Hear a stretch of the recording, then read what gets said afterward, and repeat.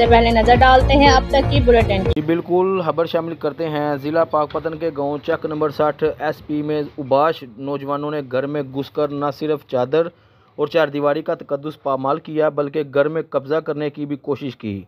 मुलजमान औरतों और बच्चों पर वहशियाना तशद्दुद करते रहे। इलाका के मुतबर लोगों के छुड़वाने पर भी उबाश नौजवान धमकियाँ और गलीज तरीन गालियाँ भी निकालते रहे। IG पंजाब, क्या हवा की बेटियों के साथ ऐसे ही जुल्म होता रहेगा?